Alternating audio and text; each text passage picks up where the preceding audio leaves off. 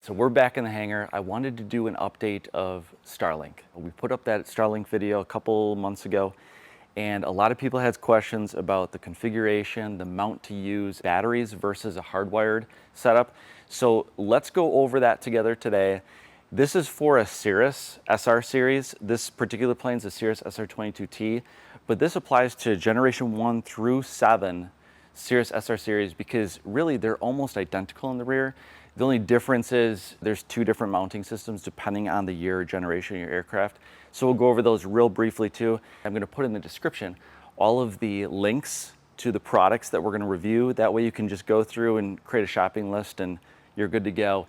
This video is going to apply to mostly the Cirrus, but you can use these same principles with any other GA airplane. We're going to go into the back of the Cirrus. I'm going to show you the wiring setup. I'm going to show you the mount setup just so it's really clear. And then we'll look on the bench and we'll talk about the different cables, accessories, etc.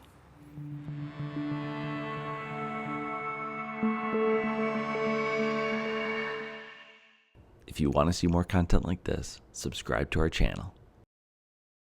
Our first dog shout out goes to Mabel in England. Mabel is an 11-year young toy poodle. She was adopted by her new owner, Mark, and his wife after Mabel's elderly owner was admitted to a care home. Thank you, Mabel, for joining our flight today. We're in the back of the Cirrus. It's hard to get back here, so we're going to show you some B-roll of exactly what I'm pointing at, but we have behind us the Starlink Mini, which you obviously need. We'll go over the plans later. And the mount for the Mini is crucial. There's a lot of different options. The one that we like the most, the one that we researched and found out that most people seem to like, is called cirrusmounts.com. And there's two different options. There's one for the generation 1 through 3 4-seater. Then there's the one for the generation 5 through 7 5-seater. But it's a little convoluted because Cirrus in the generation 3 series started prepping the plane for the generation 5 5-seater. So some SR22s that are in 22Ts that are generation 3s use this mount, and our plane is one of them. So we have the newer mount system set up here for generation 5 through 7 in our generation 3 aircraft. In the other video, I go through how to mount the top bracket, and then there's the factory lower 2 brackets that it mounts to. This mount is super robust. It's all carbon fiber and 3D printing, and it's lightweight. I love it. There's your finished bracket installed. Seat belts go up here once the seats are in, so everything clears nicely. Super robust. It doesn't flex at all. Super lightweight. Very happy with it. And it takes a total of 1 minute to install on the 3 OEM brackets. So now take your Starlink, slide it in place, and let it drop down right there. So far, 0 issues with cirrusmounts.com. The 2 power supplies that we've tried is there's one by Mid-Continent, and it's called True Blue. And it's a great unit, and it's designed specifically for powering up Starlink. You have to get, there's a couple of models to choose from, and you have to get one of the models that is dedicated towards Starlink, because Starlink pulls a specific amount of power. It's like roughly 60 watts of continuous power.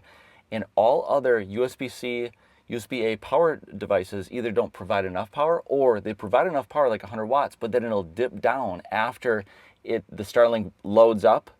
It'll like dip in power and it'll shut down the Starlink, and then it restarts, and it's a pain in the butt, and you can never get consistent Wi-Fi.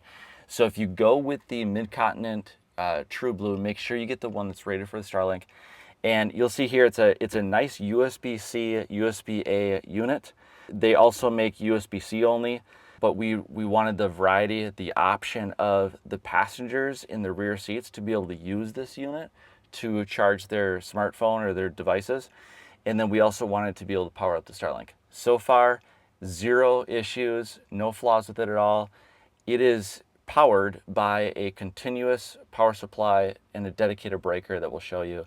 So it's a very safe way to run the Starlink, because as the pilot, you can disconnect Starlink and then reconnect it from power from the pilot seat safely and legally. So that's our recommendation. Then we also have a 28 volt socket, right? It's a 24/28 volt socket.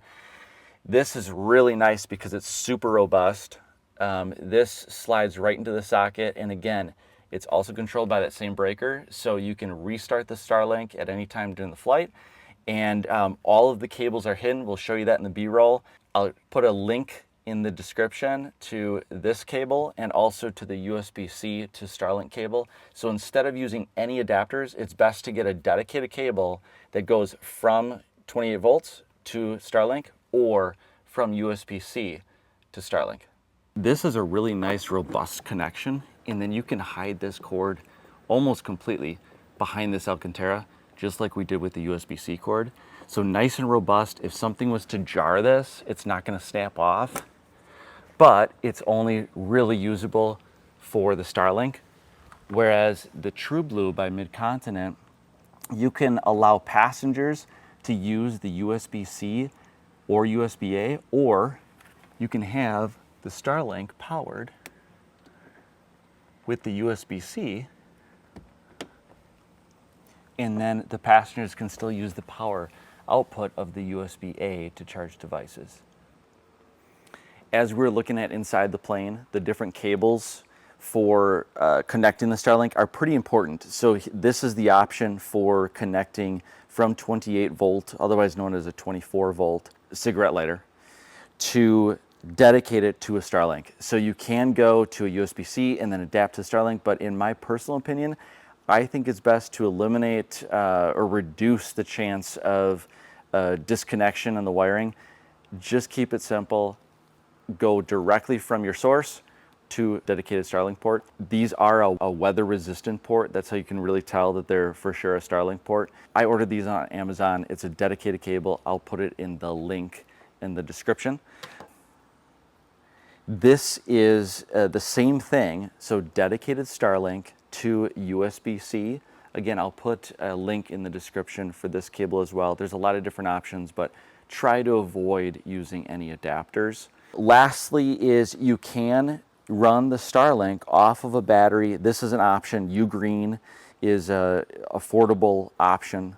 This sucker, when it's charged up 100%, expect about 2.5, 3 hours of runtime.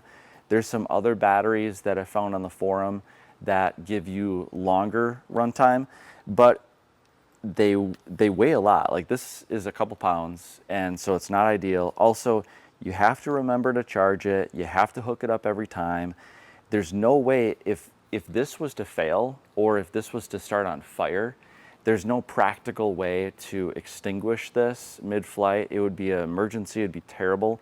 So in my opinion, do not use a battery. Instead, fork over the extra money and have a 28 volt hardwired or a USB-C hardwired, especially the one by Mid-Continent, and you'll be up and running. This is great for travel. So if you're taking it to somebody else's plane, use a Ugreen, that's fine. USB-C plugs in. This is rated for 100 watts continuous or 140 watts continuous. You can use either one because the Starlink draws like 60 watts continuous. But make sure you get a cord that's long enough then to get this over to the cockpit, so in case there's something that goes wrong with this battery, you can hopefully resolve it mid-flight. Again, this is subjective, right? So it's my opinion that with flying general aviation, there's enough for us to worry about. The last thing that we should be worrying about is internet. It should just be working, and if it's not working, you should just be able to disconnect it from the pilot seat safely. So that's our setup. We've got the circuit breaker. You just disconnect it, and you know, okay, we can worry about that once we land on the ground. We didn't need the Starlink. It wasn't crucial. It's just a nice luxury to have for safety features and then for internet mid-flight. If you own a Generation 1 or Generation 2 SR22, you do have an additional option. In those two generations, the wing root itself was a little shorter and the wing tip was longer than in the Generation 3, 5, 6, and 7 wing. So because of that, the Generation 1 and 2 have enough space in the wing tip itself for the Starlink. Eric Gunderson of California owns a custom Generation 1 Cirrus SR22, and he discovered that the wingtip itself is actually semi-transparent for the Starlink, so the Starlink can see right through it and get almost the same exact speeds as it would if it wasn't inside the wingtip. So he figured out a way to power the Starlink legally, so I'll show you that here in the video, and if you want to learn more, please visit the Copa forums where Eric has several posts about exactly how he performed this upgrade. I just have it wedged in here. Thinking maybe put some of these same little tie down or zip tie things maybe, and either side here to zip it down. Maybe put some silicone or something around there, or RTV. Come up with something, but it fits in here really, really nice. So here's what I'm thinking. I got these front LED lights that were just added when I had the plane painted. These are for the strobes and nav lights, and that's the grounding strap.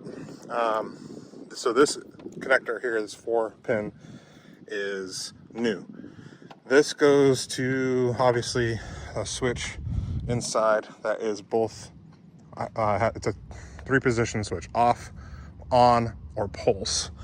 So one of these is probably a sync cable between to the other side, so that they alternate on the wigwag. So since these aren't required for flight, these are. Disconnect this, leave it as is, tap in, get another connector like this to mate to the wing root, the conduit there, and that way I can then tap this power into the other end of this, and then we can do testing. Probably should disconnect the other side just so there's no issues with this light on the other side, but that's what I'm thinking. And finally, which plans to use for Starlink. There are 2 legitimate plans that work in general aviation aircraft under 350 miles per hour of travel. And I am currently using the local priority plan.